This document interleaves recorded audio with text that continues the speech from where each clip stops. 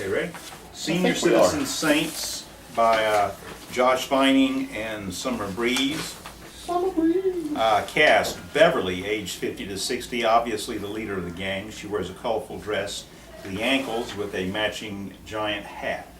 Stereotypical Baptist church grandmother. Large red rimmed glasses, short, thin, and white hair, with what can be seen from the hat. A small, soft-spoken, sweet voice. Doris, age 55 to 65. Who's Doris? Right? Me. Okay. A short, stocky woman with short gray hair, wears an almost house robe-like dress. She has a very intimidating personality due to her body language, the muscle of the operation, but also the joker, Jersey accent. Thanks. All right, Miss Susan, age 60 to 65, tall and thin, graying hair in a light bun. She wears a black ankle-length dress with matching shoes. She rarely smiles or speaks. She is Beverly's other bodyguard. Police Chief David. Hey, where's your hand? Is that you, John? That's me. Age 30 to 35, fine-kept brown hair, slightly overweight. He is easily manipulated and quite spineless despite his position. And then there's Jonathan, age 25 to 30. Jonathan, your hand? Okay. Shaggy blonde hair, thin. He is quite pale, wears long-sleeve shirts always. He wears glasses and has a few blemishes. He's a nerd. Okay. Lights up on stage left. We are in a flashback and a blue spotlight. Jonathan sits in a chair with a gamer headset on his head. He is talking to someone on the headset. Alright, here it comes, here it comes. Oh, son of a bitch! Yeah, talk all you want, but I'm just getting the hang of everything again. Just got my internet back after my town went through, well, I guess you could say dark times. Look, I would tell you this story if you promised to just listen and not shoot. Okay, you promise? Seriously? How are you gonna lie to that? How are you gonna lie like that? Good, okay. Now here's the story. Right after this headshot! Alright, you win. My bad. So here we go. The story of the dark times. You see, it all started when these handful of old women got out of the nursing home. Lights turn off and then back on full stage. We see a desk with a lamp and a book on it. Beside the desk sits Beverly with Miss Susan standing at her side. Standing by the room door is Doris. There is a knock on the door. Doris opens it, looks out, and turns around to the ladies. It's a copper boss. What should I do? Beverly looks from under her hat and motions for her to open the door. Police Chief David enters and crosses the desk. Now, Miss Beverly, you and I need to talk. I heard reports all around town of an uprising of the members of your sewing circle. We have even seen a few of them shooting kids out of parks around us. Putting pocket Bibles inside of adult DVDs at the video store. And even kidnapping people from the nursing home. Liberating. Anytime we ever get one to talk to us, they just give us your name. So tell me just what the hell is going on in my town. Well, I have certainly missed you in church on Sunday, David. Now I want you to think long and hard if you have thought long and hard about the important things in life. You aren't going to penalize an old woman for doing the work of the Lord, are you? Preparing people for his rapture.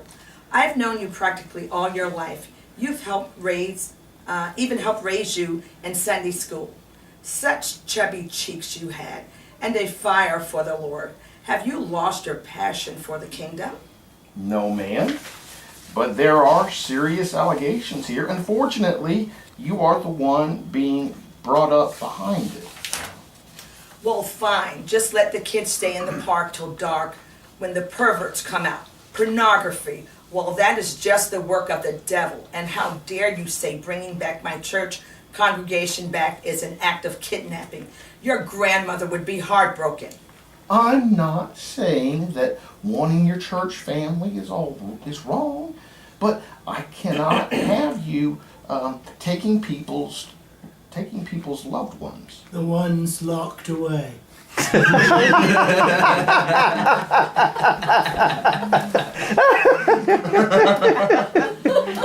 Like the word of the Lord, just locked away from people. That mischievous Obama slowly taking us away from the important things that make America the great nation that it is supposed to be. God's third home after his home of heaven, and Israel, of course. Amen. Whatever your beliefs are, it still doesn't give you the right to enforce the community. You can leave that to me and my station. Everyone is fit enough for the army of the Lord. Isn't that what you always wanted, David, to be a soldier? The army wouldn't take you, though, would they? Who told you that? We'll take you. David, the Lord will take you. Can I count on seeing you in church on Sunday? David ponders this question for a moment before looking up and with a smile begins to speak again. Yes. Yes, ma'am. I won't let you down. Oh, wonderful. We are having a potluck afterwards, so be sure to bring an empty stomach. Doris is bringing collard greens, Miss Susan her mashed potatoes, and you know I'll be slinging my famous ham. Doris grabs David by the shoulders and leads him out of the room. God bless. Lights black out, then spotlight stage left, back on Jonathan. Just like that, our town began changing. Once they won the police chief over, anything was possible. I was able to stay out of the reign of chaos until about 3 months into it all. That's when I had to meet them face to face. Blackout, full lights come back on. We see grannies back in their places as we hear a knock at the door. Doris opens it and Jonathan enters holding a pie which he hands over. Doris sniffs it and then looks over to the ladies before nodding him with approval. Well, if it isn't little Jonathan. We've been missing you at church lately. Seems even when we put him everywhere in this town that some people still don't have time for the Lord. And such a shame, too. You were always so cute in the children's choir, but now you're a child of the world. What do you want of me? Look, I don't know how you've done it, but this town is completely cut off from the outside world. All the roads are blocked off by police cars. The senior citizens bus constantly patrols the suburbs. Now you've destroyed the cell phone tower and cut television except for the Christian network. At first I could deal with this, but now you ladies have gone too far. I can't play my Xbox anymore because the internet is out. Are you too good for the elements of entertainment the Lord has given us? Time to sing his praises and keep our minds pure and constant vigilance for the kingdom? The end times are on us, my boy. Obama may have taken most of this country, but only the Lord can have my town. People can't leave town, play video games, email, or even call their families. We are all connected through his word. Besides, do we want to live our lives through that impersonal, confounded website? What is it again? Facebook. Face place. Friends something or other. Facebook? Face page, that's it. That dang face page, a place for people to go to hell and to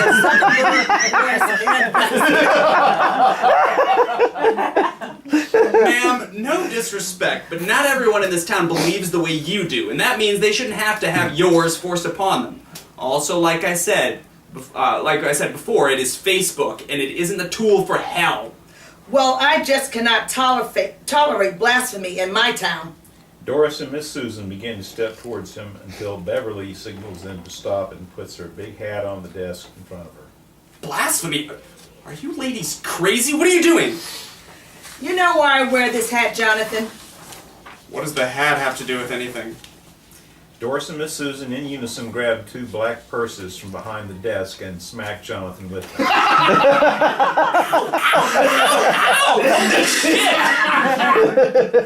Answer the question, please. Or would you like to spend some time with my black widows and their handbags all alone? So let's try again. Do you know why I wear this hat?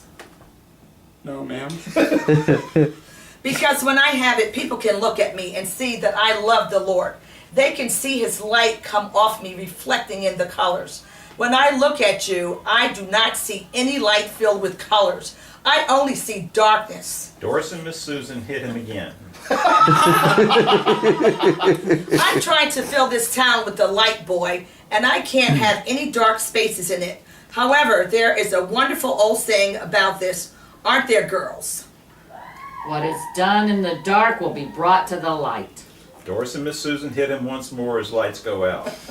War sirens are heard in the background. When they come back up, when lights come back up, all the ladies are in their original places except for Beverly, who is standing center stage.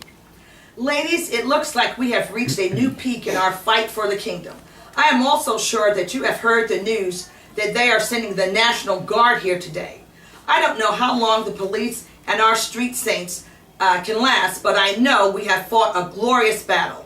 I can't speak for anyone but myself, but I am proud and will not go down without a fight.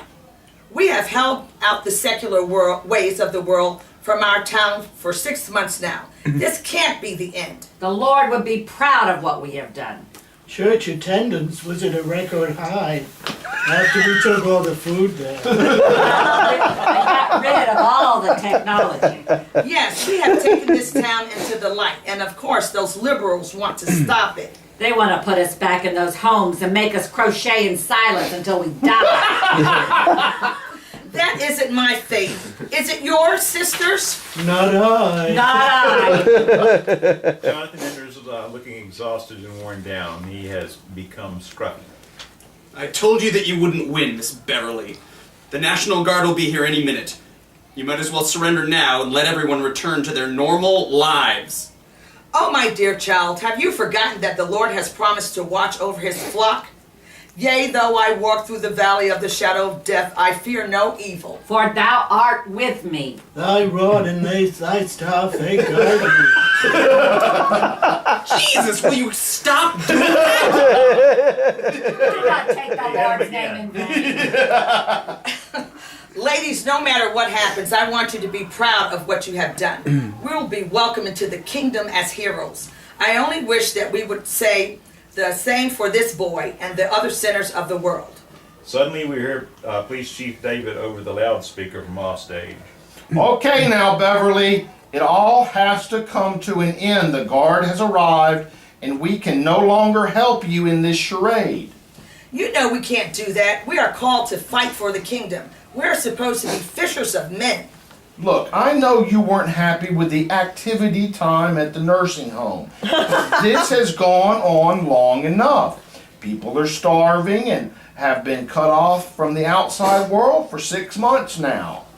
This has nothing to do with being put in that awful place. This is about... It Oh, isn't sorry. just the activity times, it's the food. I'm so tired of the same lime jello every day with every meal. It's disgusting. I mean, there are so many more flavors out there, cherry or even strawberry. They even have a thing called Berry Blast. Now, I'm not sure what that is, but it does sound strong. Girls, Whatever it takes, we can get it for you, I promise. How does a different Jell-O every day sound? Go on. And another 30 minutes for bingo? Make it 45. Deal! Doris and Susan look at each other with delight as they make their way to the door. girls, are you going to let them pull you in with the tools of the red one from below? They turn around and look at Beverly.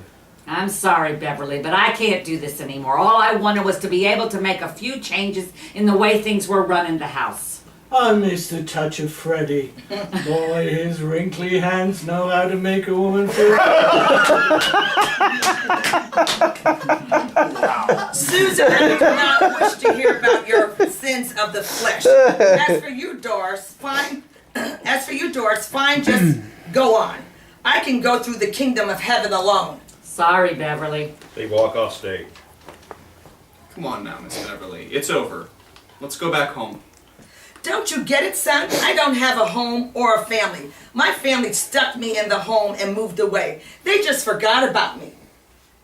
Do you think it was because you were just a little too much to handle at times? Let's see. Oh, sorry. You better hold your tongue, boy. Hey, I didn't mean any harm by it. You just aren't a typical old lady. Old? I didn't mean it in the sense of getting old as being a bad thing. I just mean you're a bit livelier than anyone else your age I've met. That's because I'm not old. I'm young in spirit. My body just has a few more miles than you, boy. Look at me now, though. Even my ladies have abandoned me. What would you say if I were to visit you every other day for an hour or two? Would you end this then? There's no way you're going to be able to take down the National Guard by yourself, and then you don't have to be alone. How do I know I can trust you? How do I know you aren't just saying that to get me back in that place and leave me to die? Because you'd be doing the right thing, and like you said before, we're all God's children, and I've always wanted an older sister. They embrace and exit. The lights go out and then come back up on Jonathan back in his living room with his on his headset. So that's the story of the ladies we call the senior citizen saints. Luckily, though, everything's gone back to normal now, and we don't have to deal with any more radical religious nuts around here. I think things will stay that way. Yeah? The doorbell rings. Yeah, I'm busy, but it's unlocked. Just come on in. Door opens and Beverly, looking panicked and out of breath. Miss Beverly, what are you doing back out of the home? Johnny, my dear boy, they're coming. Who is? Beverly pulls a black book out of her bag and holds it up, horrified. The Mormons. Woo!